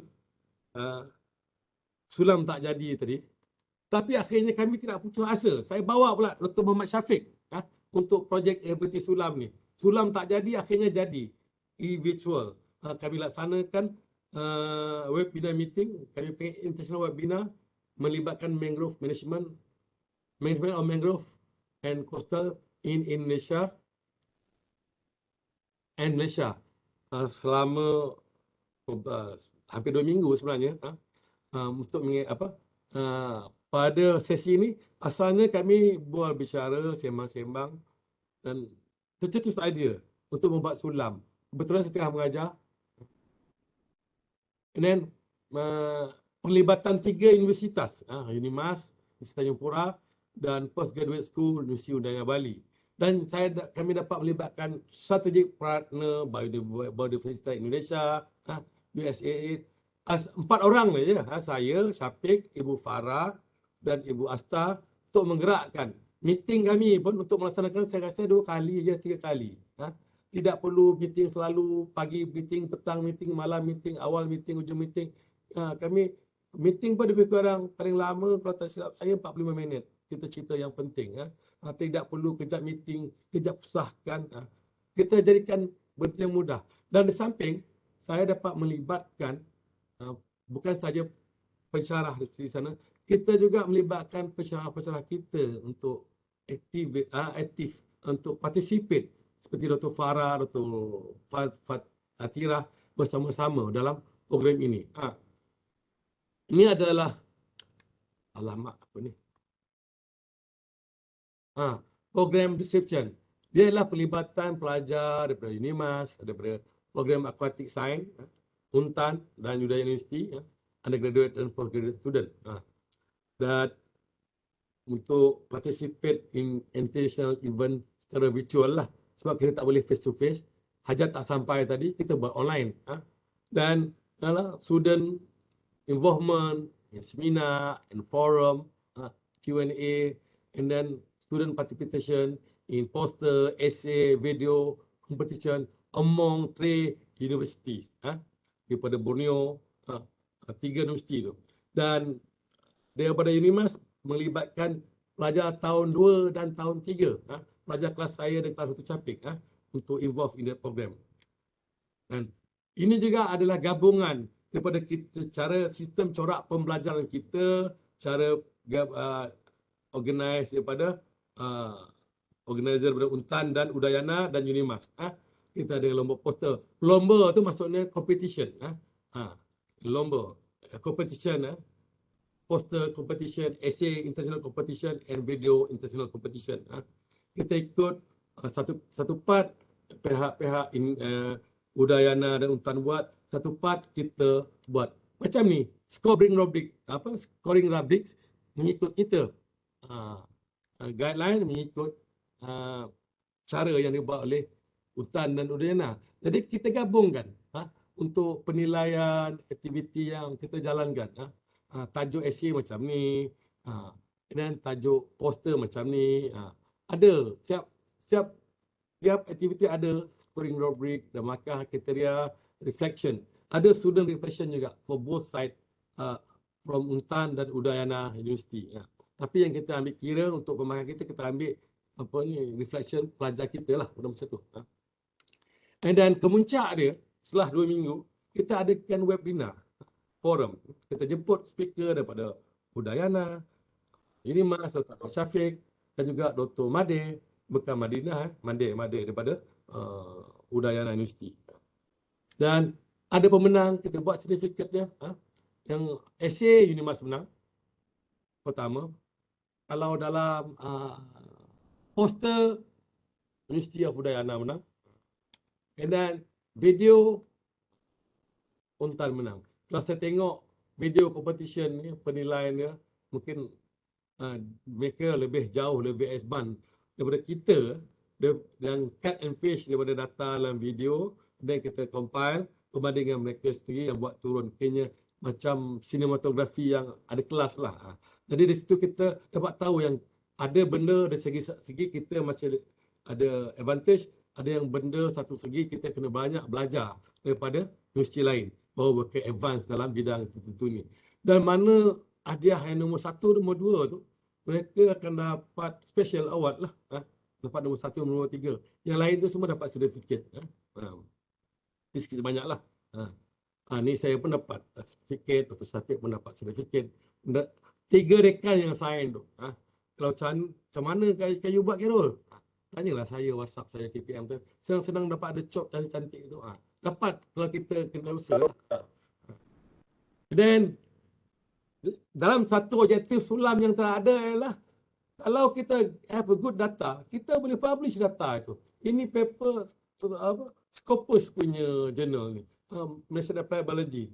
Daripada collection rubbish, jamin rubbish di Pulau Salak tu, Dr. Rohana dan Dr. Rosalina, kami dapat publish satu paper. Dan juga ada belaringin tu. Jangan kata kita tak boleh publish. Boleh kalau kita betul-betul organize aktiviti di samping untuk komuniti pelajar, data yang baik itu, kita dapat bersama-sama menghasilkan satu penerbitan ilmiah di samping aktiviti SULAM. Tu saya tengok objektif tu tidak ada dalam SULAM. Ni kita boleh tambah baik. Sekiranya boleh lah. Kalau dapat lah. Pasal dia take long term. Ni satu yang saya nak share yang banyak berlaku. Saya selalu perhati dari dulu lagi. Komunikasi. Elakkan kita penggunaan bahasa tinggi. Tak kira lah pensyarah ke, pelajar ke, bila komunikasi dengan orang kampung. Tip lah saya nak bagi. Gunakan bahasa yang mudah. Kalau boleh bahasa tempatan, ringkas. Saya pernah jumpa budak ni, pakcik, saya rasa water quality deterioration can cause eutrophication, agar belum the species of algae. Cerita terlopong pakcik tu. Pensyarah sendiri ni, saya tengok adalah tempat dia. Kak, wah, dia beri contoh lah ni. Can cause global warming kak, suhu rumah kakak 30, panas dalam rumah, susah nak tidur. Climate change, rumah kakak banjir besar. Tak terkedu kakak tu. Cerita dengan adik-adik pula. Dek, ni, tengok tu sungai tu. BOD, cerita COD, benda tu berlaku depan saya. Saya menceritakan pengalaman. Kita kalau bersama dengan komuniti tu, kita sampaikan mesej dengan bahasa yang mudah mereka faham. Kalau oksigen tu kata udara ke. Cerita ni cerita kelas 3, kelas 4. Saya pun sungai kelas 1, 2, 3 kena buka nota. Kelas 1 macam mana, kelas 2 macam mana. So penyampaian maklumat tu yang lebih berkesan supaya dapat dibahami, mesej kita sampai, ada kesedaran. Kalau kita cakap bahasa tinggi, teropong je lah. Banyak berlaku. Cuba, saya kadang senyum simpul dia buatnya. Ya Allah, faham ke tidak orang tua kampung? Bila orang-orang sedemikian bercakap dengan bahasa tinggi. Ya, kita kena rendah diri bersama mereka. Berkongsi maklumat. Dan lagi satu saya nak kongsi, tentang kita melaksanakan program service learning ni, pihak pengurusan, kalau boleh, kita mudahkan yang susah. Jangan terlalu banyak red tape, jangan banyak birokrasi, dokumen sana, dokumen sini. Akhirnya dia akan jadi stres, dia akan jadi tegang, dia akan jadi rigid. Oh, banyak don'ts pada do, satu apa pun tak jadi. Projek pun tidak dilaksanakan dengan jayanya. Kena ikut strict. Oh, ini tak boleh, sampah ni kena buang masuk dalam sini. Contoh-contoh lah kan. Walaupun benda tu berlaku depan mata saya, kadang-kadang dia tak pernah turun field, tapi dia arahannya tu seolah dia telah pergi field kita. Jadi kita kena banyak timbang rasa, kelonggaran masa, jangan terlalu rigid. Saya bagi satu contoh di sini. Ini kerjasama hubungan dengan masyarakat nelayan di Belaringin dari tahun 2000 sampai sekarang kami berterusan yang melibatkan bukan saya, pelajar saya di luar negara macam di tahun 2000 daripada US, pelajar-pelajar inland fisheries, pelajar FYP, ini pelajar-pelajar kita yang ni dulu Tasik ni, dan ni yang terbaru pelajar master aquatic science untuk aktiviti. Jadi sejak tahun 2000 kita terus berhubung, menjaga persahabatan di samping di mana Belaringin ni salah satu objektif kami ialah kami mengajar supaya kalau ada udang-udang yang bertelur tu dilepaskan kembali, ikan-ikan kecil tu supaya sustain for the future generation. Kami nasihatkan supaya jangan menggunakan racun, kaedah penangkapan ikan yang salah. Jadi dia mengambil masa untuk orang kampung ikut. Sekarang ni bila saya pergi bersama, udang bertelur dibuang supaya bertelur, membiak, ikan-ikan kecil dibuang balik supaya membesar dalam sungai. Jadi sumber itu sentiasa berterusan. Itulah salah satu tips yang saya boleh kongsi.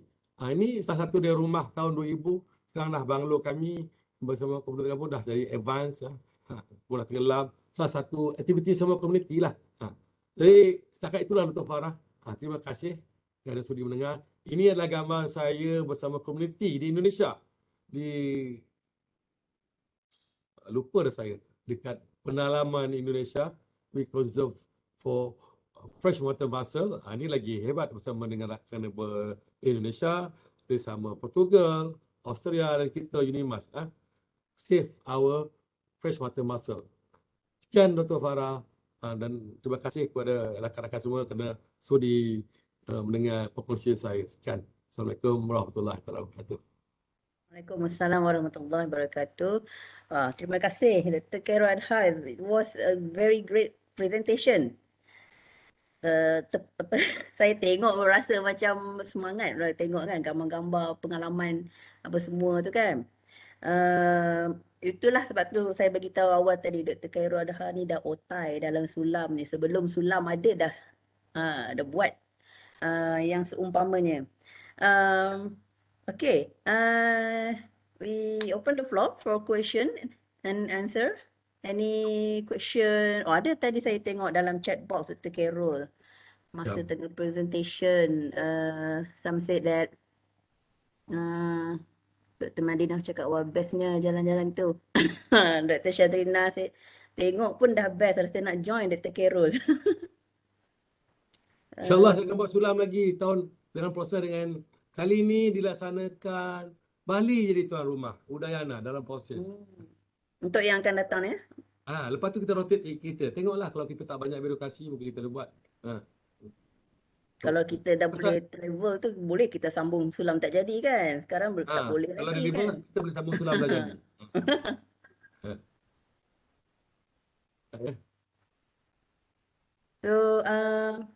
Ada yang nak tanya atau nak tambah, nak share from your side ke? Pada saya memang menarik sangat, banyak tips, banyak yalah tips tu kadang-kadang kita tak tahu when involving community, communication tu mesti sama level lah. Betul Dr. Khairul cakap, kita tak Ya. boleh terlalu tinggi. Nanti tak Syarah pun faham. ada satu cakap, saya pun tengok lah kata, kita kena ubah lah.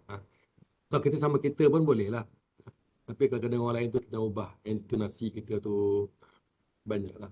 Dan segi ada juga pengalaman Dr. Farah masa nak minta engineer tu, macam mana proses nak minta duit tak banyak pun, agak sukar juga. Mungkin Dr. Farah pun boleh faham lah, cuma tak sesuai lah kita nak berkongsi di sini.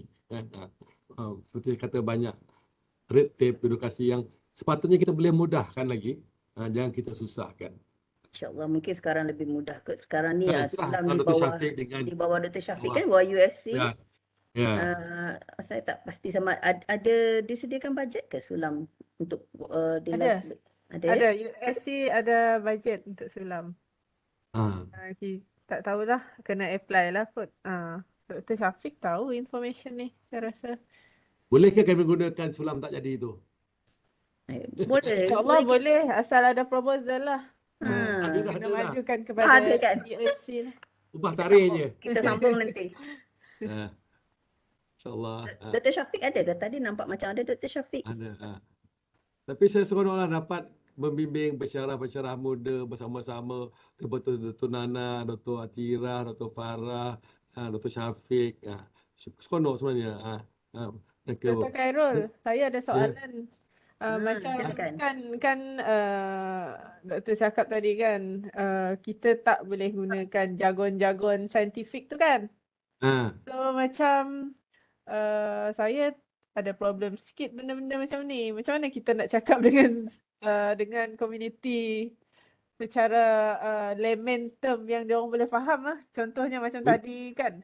Macam tadi Dr. Khairul kata yang part apa yang mula-mula tadi tu.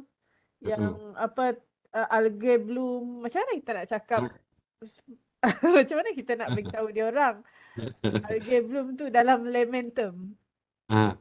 Mana macam memula sampah apa yang water quality, air tak cemar, air menjadi kotor, kita water detergent macam oksigen tu mungkin kita udara, kandungan udara dia, salinity tu kemasinan air laut, air jernih menjadi kotor, menjadi berkeladak. Ubah-ubah bahasa sesuai lah kan. Ada tumbuh-tumbuhan rumpai yang mungkin menjadi beracun, menyebabkan rumpai yang kita tak nampak, bakteria, kuman yang menyebabkan boleh kematian ikan. Kita agak belum apa yang agak ini kita sampai siap-siap. Benda tu berlaku di sekeliling. Bila saya mengikuti, bila tengok even saya ke satu tempat di Indonesia, bawa seorang kawan saya, di pantainya cakap bahasa tinggi. Lalu saya tegur, "Yang, kau tak boleh cakap macam tu, Yang. Kau dengar tak pakcik tu? Faham ke tidak dia?" So kita kena macam udara tu, oksigen tu, kandungan. Oksigen, dissolve oksigen. Bahan-bahan terampai, dissolve suspended solid. Memang ada orang tak faham apa benda. Kadang pelajar kita pun tak faham. Pelajar mungkin pensyarah di fakulti lain pun mungkin tak faham. Jadi kita kena kreatif lah untuk menunjukkan kita, itulah peranan kita sebagai seorang academician. Macam mana kita nak ubah, kita kena kreatif, mungkin kita Google ke apa ke. Google memang tak ada lah, tapi bertanya orang lain ke, supaya bahasa kita tu lebih rendah, bahasa lebih difahami, layman lah. Kata anak saya kata jangan guna bahasa jargon, dia pun faham kalau berkomunikasi dengan masyarakat. Belajar dari dulu lah. Saya pun dulu belajar cakap tinggi masa saya jadi cikgu.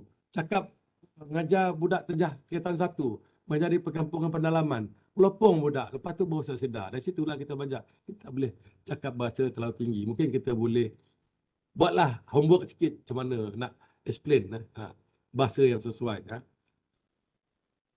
Terima kasih Dr. Khairul.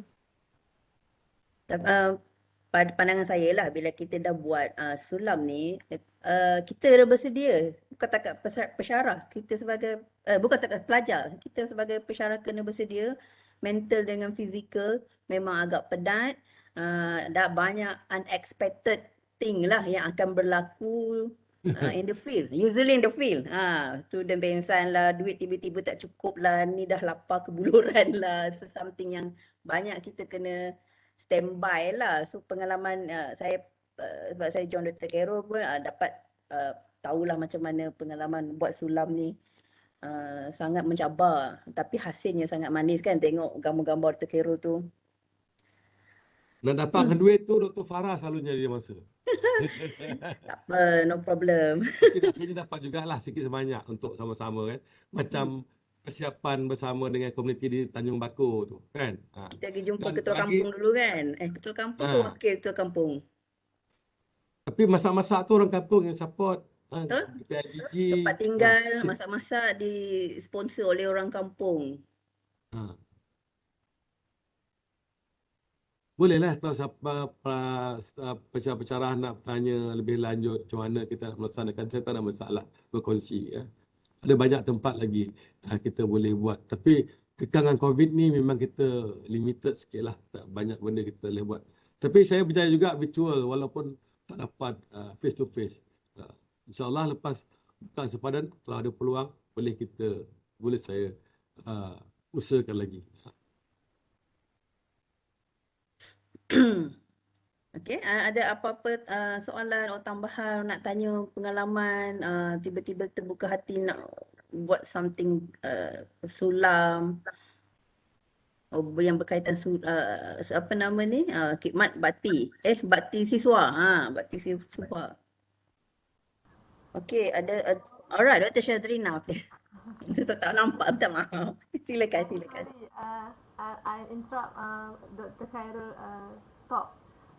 Actually, I'm from medical faculty. Even though I also very new in Sulam activity in my faculty, so after saw Dr. Khairul activity, I personally, honestly, also want to join.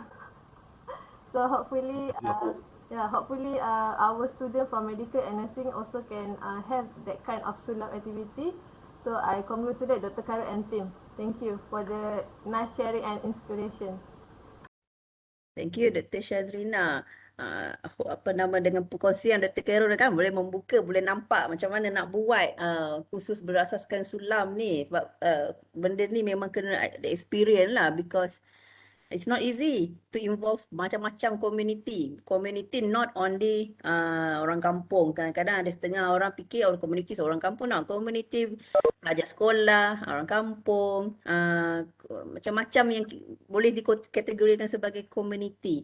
I think Dr. Syafiq lebih faham, boleh bantu nanti ni lah, mungkin the next session ke.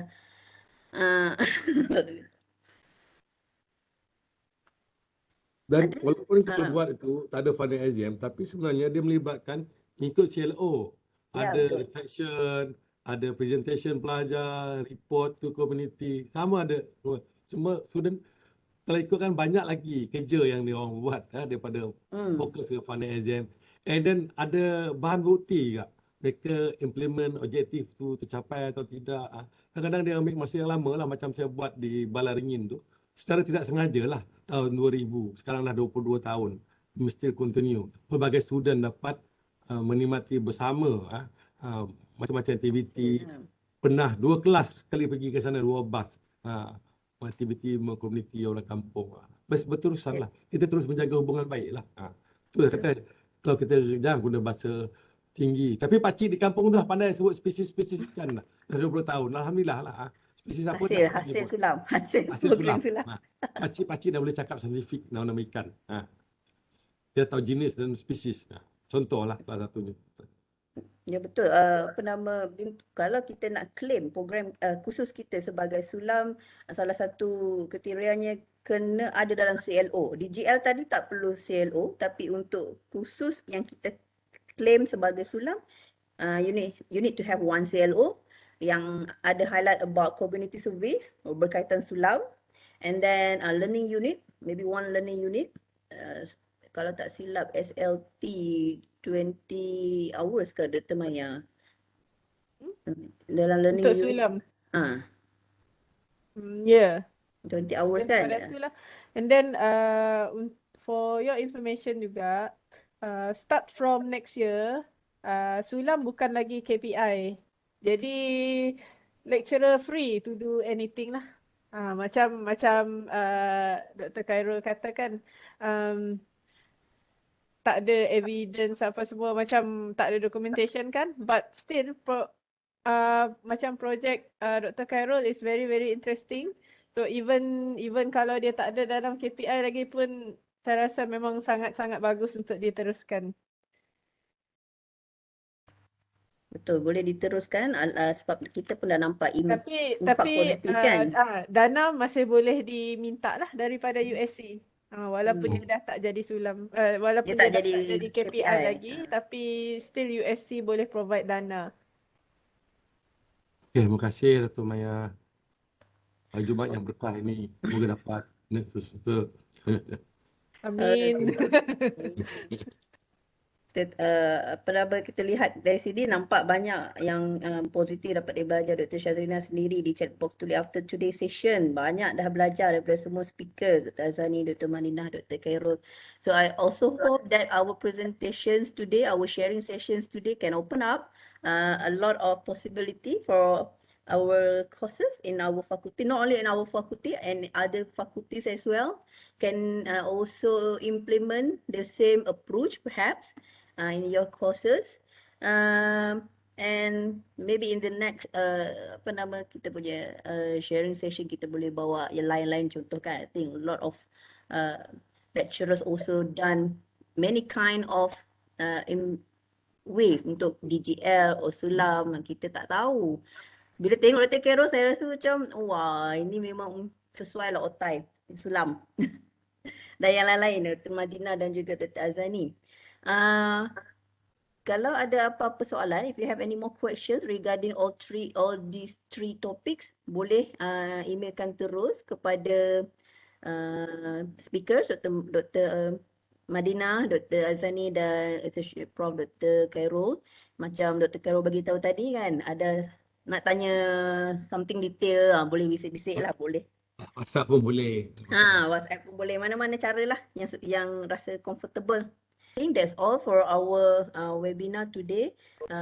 Thank you very much for all to come. And after this, I'm no longer an e-learning coordinator for FRST. So there will be a new coordinator. So I'm not sure who will replace me. Dr. Siddiq, maybe we email to all of us the new e-learning coordinators.